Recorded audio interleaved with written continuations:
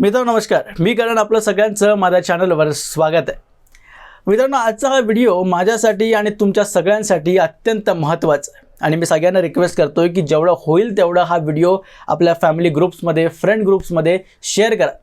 कारण मागचे 3 महिने झालेत निवडणूक होऊन परिणाम लागून आणि अजूनही महाराष्ट्रात काही कार्यकर्त्यांद्वारे आणि विरोधी पक्षातील मोठ्या मोठ्या नेत्यांद्वारे इव्हन आता राज ठाकरेसुद्धा ह्याच्यात सामील झालेत. त्यांनीसुद्धा म्हटलं आहे की हे जे सरकार आहे ते EVMमध्ये गडबड करूनच निवडणूक जिंकलेलं आहे. आणि काही कार्यकर्तेसुद्धा जेव्हाही मी व्हिडिओ अपलोड करतो तेव्हा कमेंटमध्ये येऊन म्हणतात की हे EVMचं सरकार आहे.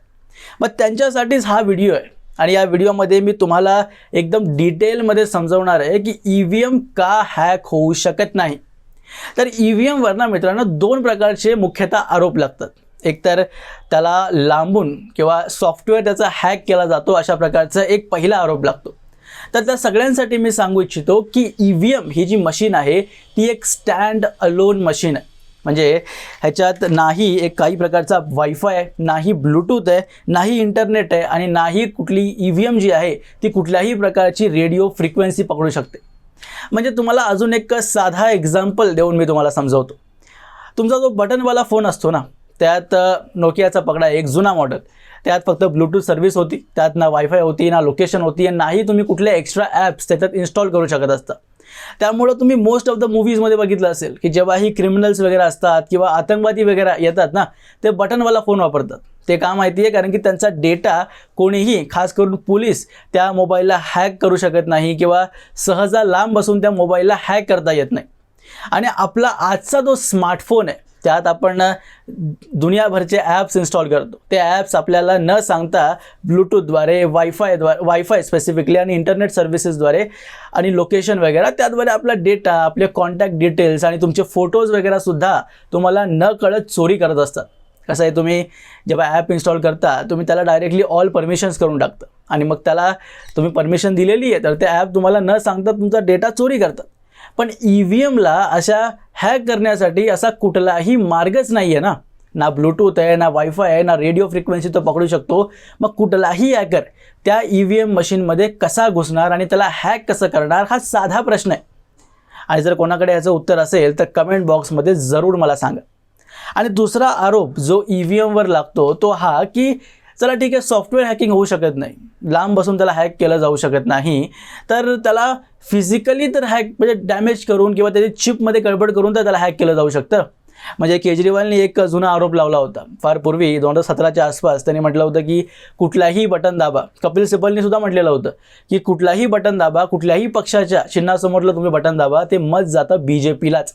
आणि अशा प्रकारचं इलेक्शन कमिशननं ही चिप डिझाईन केलेली आहे. तर मित्रांनो हेही करणं शक्य नाही आहे. कारण EVMमध्ये जी चिप बसवली आहे ना ती 1 टाईम प्रोग्राम आहे. म्हणजे त्या चिपमध्ये जो कोड टाकला जातो तो केवळ एकदाच टाकला जाऊ शकतो.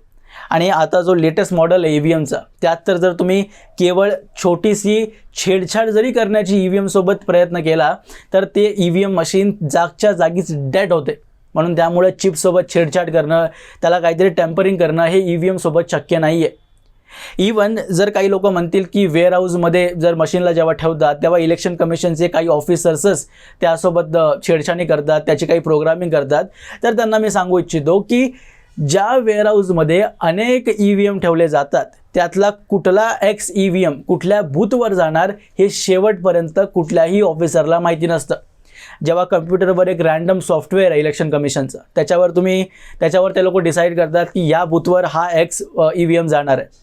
आणि मग तेव्हा ज्या गाडीद्वारे त्याला ट्रान्सपोर्ट केलं जातं त्याच्यातसुद्धा लाईव्ह लोकेशन इलेक्शन कमिशनने सेट केलेलं आहे. म्हणजे 1 मिनिटासाठी सुद्धा जर गाडी कुठे थांबली ना त्याची डिटेल्स इलेक्शन कमिशनकडे जाते. मग विचार करा, जर गाडी कुठे थांबली नाही कुठल्या ऑफिसरला माहिती नाही आहे की कुठला EVM कुठल्या बूथवर जाणार आहे, मग कोणत्या पक्षासाठी आणि कोणत्या उमेदवारासाठी तुम्ही त्या चिपला किंवा त्या मशीनला प्रोग्राम करणार आहात. इवन जेव्हा मशीन त्या बूथवर जाते तेव्हासुद्धा कुठल्या पक्षाचं म्हणजे उमेदवाराचं नाव जे आहे ते डिस्प्लेवर लावलं जातं तेव्हा ते कुठल्या क्रमाने लावलं जाणार हे सुद्धा ऑफिसर्सला शेवटपर्यंत माहिती नसतं. ते रँडमली सेट केलं जातं आणि रँडमलीच मतदाराच्या समोर ठेवलं जातं आणि मग मतदार येऊन तिथे मतदान करतो. आणि मित्रांनो समजा एखादी मशीन चला मी मानतो की हॅकही झाली किंवा त्याला डॅमेज केलं, पण ओरिजिनल मतदान होण्याच्या पूर्वी, म्हणजे आम जनता त्या मशीनवर आपलं मतदान करण्याच्या पूर्वी एक टेस्टिंग होते, प्रत्येक मशीनची होते. आणि जर कुठले कार्यकर्ते किंवा त्या कुठल्याही पक्षाचे बूथ एजंट जर हा व्हिडिओ बघत असतील तर त्यांनी सांगावं कमेंटमध्ये की इलेक्शन कमिशन ना तिथले ऑफिसर्स जे असतात ते मतदान होण्यापूर्वी सगळ्या पक्षांसमोर ती मशीन ठेवतात आणि त्या पक्षाचा बूथ एजंट तिथे येऊन आपल्या पक्षाला मतदान करून पाहतो आणि व्हीव्हीपॅटवर तीच चिठ्ठी दिसते का, म्हणजे ज्या पक्षाला त्यांनी मतदान केलं आहे त्याच पक्षाच्या चिन्हाची चिठ्ठी व्हीव्हीपॅटवर येते का हे तो चेक करतो. आणि मग सगळं जेव्हा बरोबर असतं, जेव्हा स्वतःच्या पक्षाचे बूथ एजंट स्वतः एक हमी देतात की मशीन ओके, मग त्याच्यानंतरच त्या बूथवर मतदान केलं जातं. आणि समजा जर EVM तेव्हाच जर काही गडबडी असते त्याच्यात आणि त्या बूथ एजंटला, त्या पक्षाच्या कार्यकर्त्याला जर कळालं असतं तर किती मोठा हंगामा झाला असता. आणि अशी एखादीही घटना केवळ महाराष्ट्रातच नाही, भारताच्या कुठल्याही कानाकोपऱ्यातून अजूनपर्यंत तरी आलेली नाही. त्यामुळे मित्रांनो, नाही फिजिकल आणि नाही सॉफ्टवेअर किंवा लांबून त्याला EVMला हॅक केलं जाऊ शकत नाही. आणि काही लोकांचा डाऊट असेल की मग वायर कनेक्ट करून काही करू शकतो का EVMला, तर नाही मित्रांनो, कारण की कुठल्याही प्रकारची वायर जी आहे ती EVMला अटॅच करण्यासाठी स्लॉटच नाही आहे त्याला. कारण EVM चार्जिंगसाठी सुद्धा बॅटरीवर डिपेंडेंट आहे, म्हणजे बॅटरी काढली जाते घातली जाते ती, म्हणजे बॅटरीसाठी सुद्धा पोर्ट जो आहे तो EVMला लावला गेलेला नाही आहे. एक्सटेरियर बॅटरी इलेक्शन कमिशनने याच्यात घातलेली आहे, म्हणजे वायरद्वारे नाही. वायफाय, ब्लूटूथ फ्रिक्वेन्सी, काय ब्लूटूथ रेडिओ फ्रिक्वेन्सी म्हणा, आणि फिजिकल टॅम्परिंगसुद्धा EVM सोबत पॉसिबल नाही आहे. आणि मित्रांनो, जेव्हा एखादा मतदार आपल्या बूथवर जातो मतदान करण्यासाठी तेव्हासुद्धा त्याची 3 लेवल चेकिंग होते. जेव्हा ऑफिसर एक त्याची ID बघतो, जी त्याची वोटर ID आहे, मग दुसरा ऑफिसर त्याच्या वोटिंग IDवरली सगळी डिटेल्स आपल्या इलेक्शन कमिशनच्या रजिस्टरवर मेन्शन करतो आणि प्रिसाईज टाईमसुद्धा त्याच्यात मेन्शन केलं जातं जेव्हा तो मतदार त्या केंद्रात घुसला आहे आणि त्याची सिग्नेचर त्याच्यावर घेतली जाते. मग तिसरा ऑफिसर तुमच्या डाव्या हाताच्या पहिल्या बोटावर ती शाई लावतो.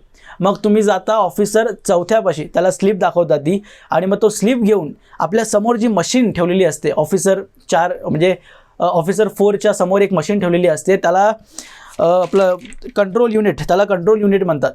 आणि त्याच्यावर एक बटन असतो, बॅलेट बटन त्याला म्हणतात, आणि ते बटन दाबलं की मग त्या EVM मशीन ॲक्टिवेट होते. आणि मग जेव्हा तुम्ही त्या EVMवर जाऊन आपल्या पसंतीच्या पक्षाला मतदान करता, मग ज्या पक्षाला तुम्ही मतदान केलं आहे ते मतदान त्याच पक्षाला गेलं आहे का हे परत एकदा कन्फर्म करण्यासाठी व्हीव्हीपॅटच्या डिस्प्लेवर एकूण 7 सेकंडसाठी, आणि 7 सेकंड खरंच इनफ असतात, 7 सेकंडसाठी तुम्हाला एक स्लिप दिसते, त्याच्यावर त्या पक्षाचं चिन्ह असतं ज्या पक्षाला तुम्ही मतदान केलेलं आहे. म्हणजे जेव्हा तो ऑफिसर बॅलेट बटन दाबतो तेव्हाचं टाईम, जेव्हा तुम्ही त्या पक्षाला मतदान करता जेव्हा बटन दाबता तेव्हाचं टाईम, हे दोन्ही टाईम मशीन जी आहे ती नोट करते. आणि हे प्रत्येक मतदारासोबत होतं. म्हणजे एवढी बारीक डिटेल इलेक्शन कमिशनकडे आहे. कुठल्या मिनिटाला, कुठल्या सेकंदाला तुम्ही मतदान केलं आहे आणि कुठल्या पक्षाला केलं आहे हे व्हीव्हीपॅटमध्ये सुद्धा तुम्हाला दिसतं. त्यामुळे मित्रांनो, कुठल्याही प्रकारची हॅकिंग ही EVMची पॉसिबल नाही आहे. आणि विचार करा की इलेक्शन कमिशनला आपल्या मशीनवर एवढा पक्का विश्वास आहे की 2017ला त्याने सगळ्या पक्षांना चॅलेंज दिलेलं होतं की तुमच्याकडं जर हिंमत असेल किंवा तुम्ही जर खरंच EVMला हॅक करू शकत असाल तर या आमच्या ऑफिसमध्ये आणि हॅक करून दाखवा. तेव्हा जे काँग्रेस आणि हे मोठे मोठे पक्ष जे EVM हॅक होऊ शकतं म्हणत होते, त्यांनी हा चॅलेंज ॲक्सेप्टसुद्धा केला नाही. जर खरंच त्यांच्याकडे टेक्नॉलॉजी असती तर जायचं होतं, का नाही गेले? फक्त 2 पक्षांनी हा चॅलेंज ॲक्सेप्ट केला, एक कम्युनिस्ट पक्ष आणि दुसरा NCP शरद पवारांचा पक्ष. आता या दोघांनी चॅलेंज ॲक्सेप्ट केला आहे तर खरं त्यांच्याकडे काहीतरी असेल, म्हणून मग इलेक्शन कमिशननी सगळी अरेंजमेंट केली, सगळे मशीन्स वगैरे लावले, आणि ज्या दिवशी ते करून दाखवायचं होतं, हॅक करून दाखवायचं होतं, तेव्हा या दोन्ही पक्षाचे लोक त्या दिवशी आलेच नाहीत. म्हणजे केवळ पब्लिसिटीसाठी या दोन्ही पक्षांनी म्हटलेलं होतं की आम्ही EVMला हॅक करू शकतो. आता पब्लिसिटी मिळाली, मार्केटिंग झाली, जनतेमध्ये भ्रम पसरवला, नंतर कोण विचारतंय की तुम्ही हॅक करून दाखवलं का नाही? असं शरद पवारांनी मार्केटवाडीमध्ये सुद्धा केलं. मार्केटवाडीमध्ये जाऊन म्हटलं की काय ते कॅल्क्युलेशन त्यांनी दिली होती की आम्हाला एवढे जास्त मतदान आलं तरी आम्हाला कमी सीटा आल्या, पण अजित पवार यांच्या पक्षाला कमी मतदान आलं पण त्यांना जास्त सीटा मिळाल्या. म्हणजे हे कन्फ्युजन पैदा करण्याचं काम जे आहे ते शरद पवार आणि त्यांच्या महाविकास आघाडीने केलेलं होतं. जर खरंच त्यांच्याकडे कुठलाही पुरावा आहे तर जायचं ना इलेक्शन कमिशनकडे, जाऊन द्यायचे पुरावे. आणि मी तर म्हणतोय पब्लिकली प्रेस कॉन्फरन्स तुम्ही करा, आणि दाखवा EVM हॅक करून. कोणी तुम्हाला रोखलं आहे? हे तर स्वतंत्र देश आहे, तुम्ही काहीही करू शकता. एवढे आंदोलन देशात होत असतात, कधीही कोणीही आंदोलन करतं, तुम्ही एक EVM प्रेस कॉन्फरन्स करून हॅक करून दाखवा. तुमच्याकडे खरंच टेक्नॉलॉजी आहे तर. केवळ कार्यकर्त्यांना भ्रमित करण्यासाठी. आणि आपलं नेतृत्व हे यशस्वी आहे, फक्त आपल्याला जे मतदान जनतेने केलं ते आपल्यापर्यंत पोहोचलं नाही हे सिद्ध करण्याचा प्रयत्न काही नेते करत आहेत. आणि जनतेमध्ये इलेक्शन कमिशनविषयी आणि जे संस्था आहेत, ज्या सरकारी संस्था आहेत, संविधानिक संस्था आहेत, त्यांच्यावर अविश्वास पैदा करण्याचं काम हे नेते करत आहेत. कारण कसं आहे की निवडून आलेली सरकारवर अविश्वास असणं ठीक आहे, चालतं आहे, पण इलेक्शन कमिशनसारखी संस्था, न्यायालयासारखी संस्था यांच्यावर जेव्हा जनतेचा अविश्वास पैदा होतो तेव्हा लोकशाही ही डेंजरमध्ये आलेली आहे असं आपल्याला समजावं लागतं. कारण तेव्हा नक्षलवादी आणि अशा प्रकारचे जे समाजामध्ये अशी घटक असतात ते मग उत्तेजित होतात. श्रीलंकामध्ये बघितलं आपण काय झालं, बांगलादेशमध्ये पण हेच झालं. त्यामुळं संविधानिक संस्थांवर आपला विश्वास असणं गरजेचं आहे. सरकार येतात आणि जातात, पण या संस्थाच असतात ज्या खऱ्या पद्धतीनं देश चालवतात. आणि न्यायालयानं सुद्धा म्हटलेलं आहे की तुम्ही जर EVM यूज करणार नसाल आणि परत एकदा बॅलेट पेपरवर तुम्हाला जायचं असेल तर देशाला तुम्हाला 60 वर्ष मागं न्यायचं आहे का? कारण मित्रांनो, विचार करा, जर एवढा प्रिसाईज डेटा असताना EVMमध्ये तर बॅलेट पेपरमध्ये किती डेंजरस गोष्ट आहे ही. कारण बॅलेट पेपरमध्ये तुम्ही जर पूर्वीचे तुमचे आजोबा वगैरे असतील तर त्यांना विचारा, जेव्हा कम्युनिस्ट पक्ष जेव्हा देशात प्रबळ होता तेव्हा त्यांचे कार्यकर्ते खुल्यापणानं मतपेट्या पळवायचे आणि त्यात मग पळवून त्यात काय आपल्या चिठ्ठ्या टाकल्या आपल्या मतदानाच्या, किंवा मग कमी मतदान आले असेल तर पूर्ण पेटीच पळवायची. मग परत एकदा वोटिंग होणार, मग लोकांना धमकवायचं की आम्हालाच मतदान करा. अशा प्रकारच्या पद्धत्या बॅलेट पेपरच्या जमान्यात व्हायच्या. आणि तेव्हासुद्धा जे BJP आहे, जनसंघ आहे, ते असे कंप्लेंट करायचे. म्हणजे EVM असला तरी तुम्हाला अडचण आहे, बॅलेट पेपर असला तरी तुम्हाला अडचण आहे. कसं मित्रांनो, मनुष्याचा हा स्वभाव आहे. एक एक्झाम्पल तुम्हाला देतो, साधंसं उदाहरण. परीक्षेत जेव्हा एखादा छोटासा मुलगा जेव्हा परीक्षा देऊन येतो आणि जेव्हा परिणाम लागतं आणि त्याच्या मनमर्जीप्रमाणे ते परिणाम येत नाही आणि आई त्याला जेव्हा विचारते की काय रे, तू तर मला घरी येऊन म्हणाला होतास की तू सगळं लिहिलं आहे, तुला चांगले मार्क पडणार आहेत, मग का नाही आले? मग तो मुलगा काय म्हणतो की मम्मी, मी तर सर्व लिहिलं होतं, पण सरांनीच कदाचित पेपर नीट चेक केला नाही आहे किंवा त्यांनी मुद्दामून मला कमी मार्क दिलेत. म्हणजे आपण सर्व जरी लिहिलं असलं पण ते बरोबर होतं का हे निश्चित करण्याच्या अगोदरच तो मुलगा सरांवर आरोप करायला लागतो.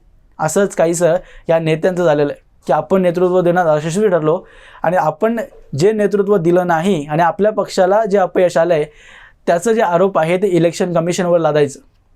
त्यासाठी आपले इलेक्शन कमिशनर आता ते रिटायर झाले, ते लास्टचं त्यांचं चालू आहे, थोडासा टाईम बाकी आहे. त्यांनी एक शायरी म्हटली आहे त्यांच्यासाठी, राजीव कुमार यांनी. त्यांनी म्हटलं की अधूरी हसरतों का इंजाम हर बार हम पर लगाना ठीक नहीं.